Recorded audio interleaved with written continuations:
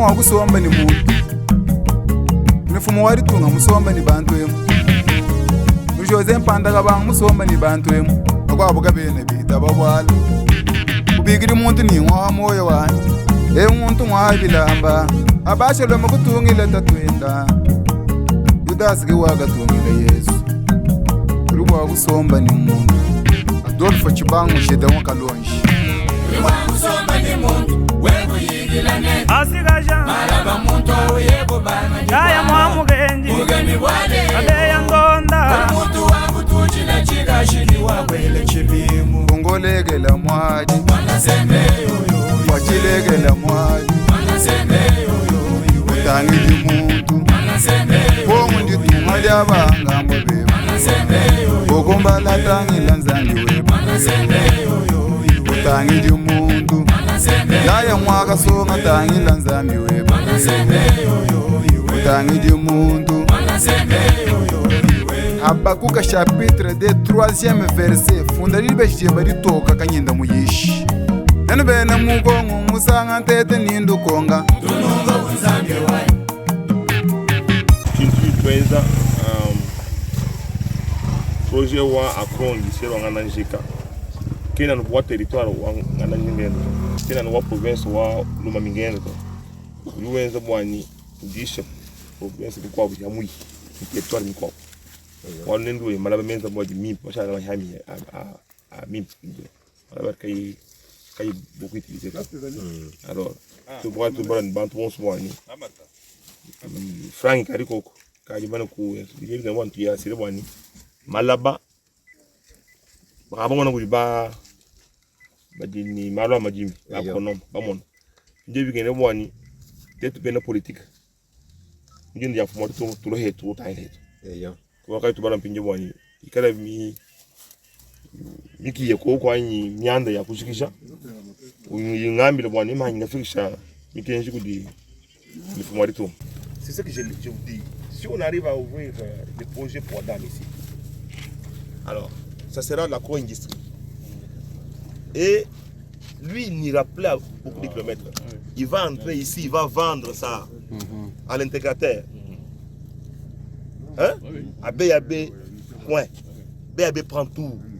Lui, il prend seulement un peu de maïs. Il reste chez lui, il mange. La différence, quand il a produit, il vient vendre à celui qui est à côté de lui qui a le projet. Lui, il rachète tout. Il n'ira pas loin. Et puis quand il achète, vous transformez sur place, vous dégagez maintenant sur le truc. C'est ce qu'on va faire. Et même pour lui, ça va augmenter son revenu. Mais bien sûr. C'est vraiment... Autant pour les soja, autant pour l'huile, autant pour les maniocs, autant... Alors l'intercateur, celui qui a les herbes là, celui qui sera ici installé, il va réacheter, ça va faire ça. Autour du projet. C'est le volant économique. Oui, oui. C'est ça la diversification de l'économie congolaise. Et c'est si on arrive à implémenter ça, c'est fini. Il ne va pas marcher loin. Oui, mais quand les vélos est vide, on les taxe. Mais quand les vélos transportent l'histoire, c'est un moyen qu'on utilise. Quand les camions sortent avec la farine des ambis, on ne fait pas payer maintenant. On a dit exonération zéro. Autant que quand les gens importent les semences, importent les tracteurs, moi j'exonère zéro, ils ne payent pas la douane. Tout ce qui est lié à l'agriculture est taxe zéro. Ils peuvent faire, mais tout ce qui est maïs, niébé, tout ce qu'il y a comme manioc et tout ça, les codes est clair, on ne peut pas faire. Oui. Puisque c'est ce qui fait qu'on doit, ce sont les facilités, l'accompagnement de l'État dans l'agriculture. Ça se fait comme ça partout au monde. C'est ce que vous voyez, Bénin, tous les autres pays là, ça avance, puisqu'il n'y a rien là-bas, c'est zéro. Il y a une province, il y a un territoire, il y a un chose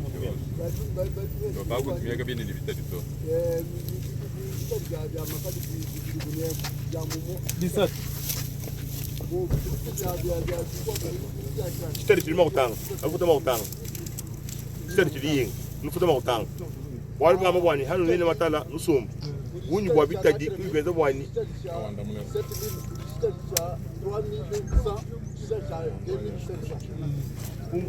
usanga kununui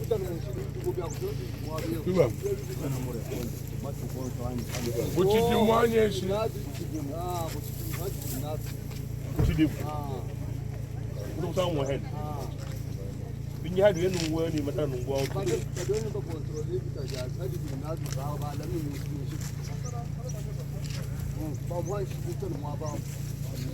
En principe, le code agricole. C'est Frank Chola, mon petit frère, mais on dit une vision mounena pour propager malheureusement qui se passe à Kouetou. L'agro-industrie, c'est un projet qui ne va pas seulement profiter au territoire de Nganajé-Kangoukli, puisque c'est l'agro-industrie, ça va prendre un peu des autres territoires voisins, mais même d'autres provinces, notamment donc Kasaï oriental et d'autres provinces, Kasaï central. Si on arrive à implémenter des projets d'agro-industrie, ça va profiter à tous les terroirs du Grand Kasaï. C'est ça l'objectif.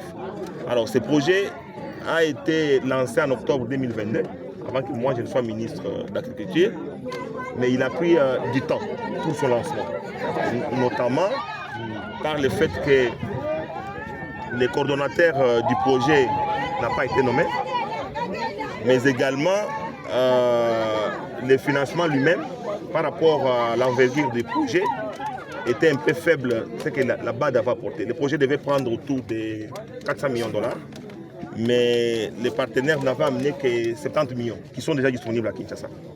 Mais on ne pouvait pas développer avec ces montants-là. Alors, venir au ministère de l'Agriculture, on a pu prendre les choses à main rapidement. J'ai nommé les coordonnateurs, mais j'ai également ouvert la possibilité, ensemble avec la BAD, pour que l'on puisse chercher les partenaires privés qui peuvent apporter les gaps déficitaires du montant. Alors, les partenaires sont avec moi, les coordonnateurs sont avec moi, les notables, les élus de la ville sont avec moi. C'est ainsi que j'ai fait cette mission, une grande mission avec l'administration de l'agriculture.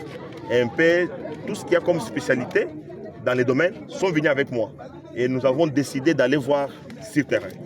Là, nous sommes chez les chefs, puisque les terres appartiennent certes à l'État congolais, mais il y a des légataires, les propriétaires du terre qui sont du coin, qui sont reconnus par les codes fonciers.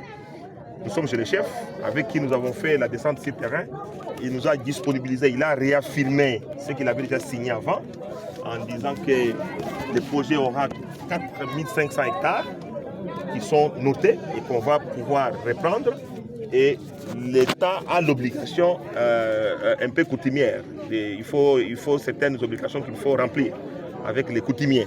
C'est pourquoi j'étais venu voir les chefs pour que nous puissions confirmer, voir quelles sont les responsabilités sociétales sur le terrain qu'on doit faire dans les projets. Notamment, on doit voir à côté du chef un peu les conditions de vie normales. Il faudrait qu'on sache les enfants du terroir doivent être engagés dans les projets. Il faut qu'on puisse poser certains actes, notamment les écoles, les hôpitaux du coin. Tout projet, qu'il soit minier, agricole ou forestier, doit avoir des responsabilités sociétales par rapport à la population. Et c'est la discussion que nous venons de faire avec les chefs. Nous avons trouvé un compromis.